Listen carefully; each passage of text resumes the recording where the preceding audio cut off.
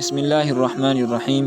محترم سامعین کرام، آج میں آپ حضرات کے سامنے ایک واقعہ بیان کرنے لگا ہوں کہ جب لڑکی نے بادشاہ کو حیران کر ڈالا۔ پرانے زمانے کے ایک بادشاہ نے غلاموں کے بازار میں ایک غلام لڑکی دیکھی جس کی بہت زیادہ قیمت مانگی جا رہی تھی۔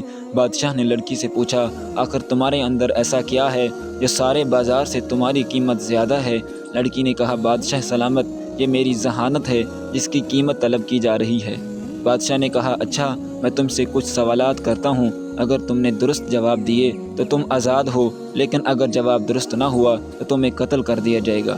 لڑکی آمادہ ہو گئی۔ تب بادشاہ نے پوچھا، سب سے قیمتی لباس کون سا ہے؟ سب سے بہترین خوشبو کون سی ہے؟ سب سے لذیذ کھانا کون سا ہے؟ سب سے نرم بستر کون سا ہے؟ اور سب سے خوبصورت ملک کون سا ہے؟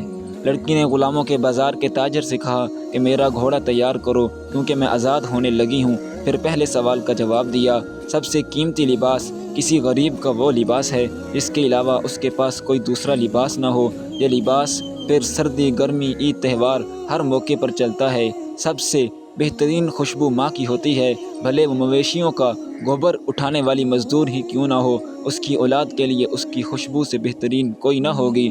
لڑکی نے کہا، سب سے بہترین کھانا بھوکے پیٹ کا کھانا ہے، بھوک ہو تو سوکھی روٹی بھی لذیذ لگتی ہے۔